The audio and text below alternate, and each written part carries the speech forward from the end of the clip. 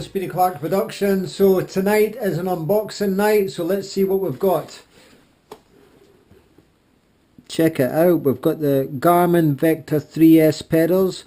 So the Garmin Vector 3S's are a power meter pedal. The S stands for single-sided.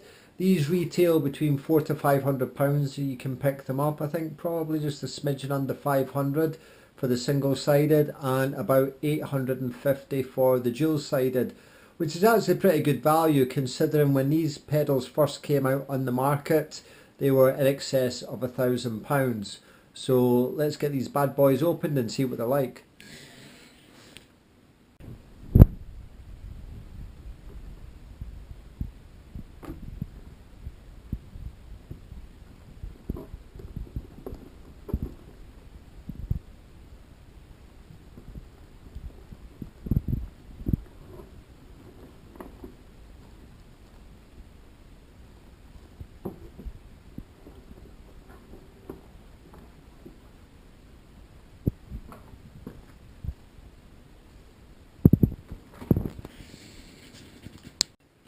Alright, so what do we get? Very fast, easy, quick start guide. I mean, these pedals are great. They're not rocket science. You just basically put them in, turn them on, and job's done. Use supporting to your head unit. Now, I use the Wahoo Element Bolt head unit, which I really like. I actually moved from a Garmin head unit to Wahoo, and I actually prefer the Wahoo.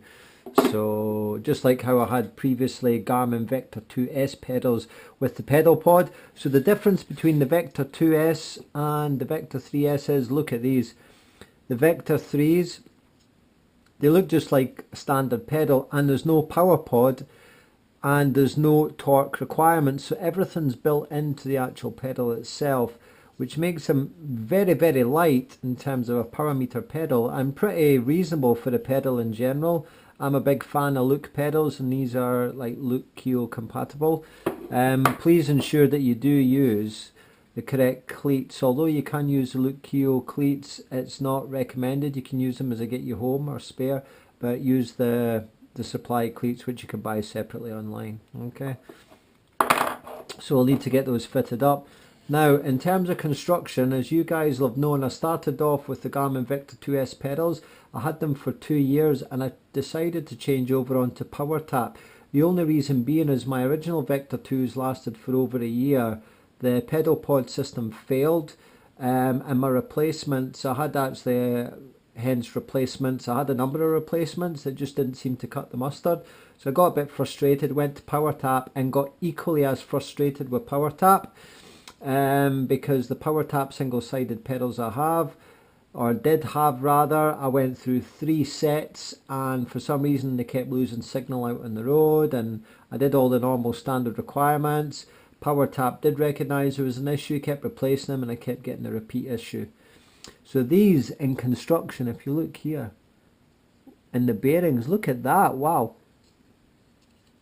And they feel really, really very nice. They look very well made. They look very well made. That really is impressive. I really do like the way they look, and I think they do look very nice. You've got your tension adjusters there.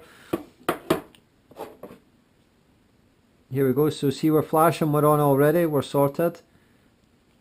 Now, it comes with a set of these little washer O-rings, which go in here because the battery is actually in here, but you have to be careful not to damage the threads. The threads are quite fine. You just unscrew that, take the battery out, replace it. I will need to double check what battery. The other good thing with these pedals is you don't need to torque them. You just put them on however tight you feel. They do come with standard torque settings between about 34 Newton meters, but it does not affect the power readings, which on the Vector 2S pedals, the torque had a massive impact on the power readings. which gives some inconsistencies. These are spacers, and the reason being for the spacers is depending on your crank arm width, potentially the threads might pop through. So when you're rotating around and they're on the chain, you have to make sure that that will not come in contact with your chain. Sorry, on this side rather, on contact with the chain. So if you need to use the spacers, then that's absolutely fine. Most cranks, I believe Shimano, you won't need to. So there's an example there. So you would use the spacers to put in here to make sure that your chain line isn't going to interrupt. So just check it out, being in a big ring down in the 11, 12 or 13, whatever you are, right down in the block to make sure, yep, you've got chain line. See there? So I need to get these cleats fitted on. I need new cleats anyway. Look at the state of those, that's terrible. So these are the Physique R1s, awesome shoe, £300 worth of shoe. Best cycling shoes I've ever had, to be honest. I did like my gyro Falcons. These replaced the gyros just because I couldn't get hold of the gyros at the time, for they went for the Physiques. Now these are expensive. In terms of value for money, the gyros are better value. Do I notice any major difference in performance? No. But these are a very nice shoe. So if you can afford them, I do recommend them, but it's not compulsory. They're not going to make you go any faster, but they are a nice, comfortable shoe. And look at the condition of these. I've had these for 2 years almost 2 seasons. So they're pretty good. So we'll change over the cleats. We'll get that done and get them set up. Okay, so that's the cleats on. Please excuse the mess here. That is my duct tape for winterproofing, which is actually starting to come off a little bit. We're walking. But yep, cleats are on. Make sure when you put your cleats on, you tighten evenly and do not over tighten. They need to be fairly tight, but make sure you do not over tighten. There's nothing worse, I've done it myself time ago, than stripping the threads within the plates in the shoes because they're stuffed after that, and it's just an absolute pain in the backside. So that's actually what happened to my gyros, but I'd had them for 3 years and it corroded inside, so that hadn't helped. So done. Now just remember, when you've done your first ride, just check the tension, because for some reason after the first ride generally they do slacken off slightly, so give it a check. But I've found that after you've done the check after the first ride of putting new cleats on, you genuinely don't seem to come loose again. And obviously always remember, and just put a little bit of grease on the, on the ends of the threads just to stop them seizing in there, especially in winter and the bad weather. Alright, so awesome. So tomorrow night, stay tuned, because we'll see how these bad boys ride, and we'll check out the pedals, and we will see what kind of power readings we get using the Wahoo Element Bolt. So stay tuned for tomorrow night's episode.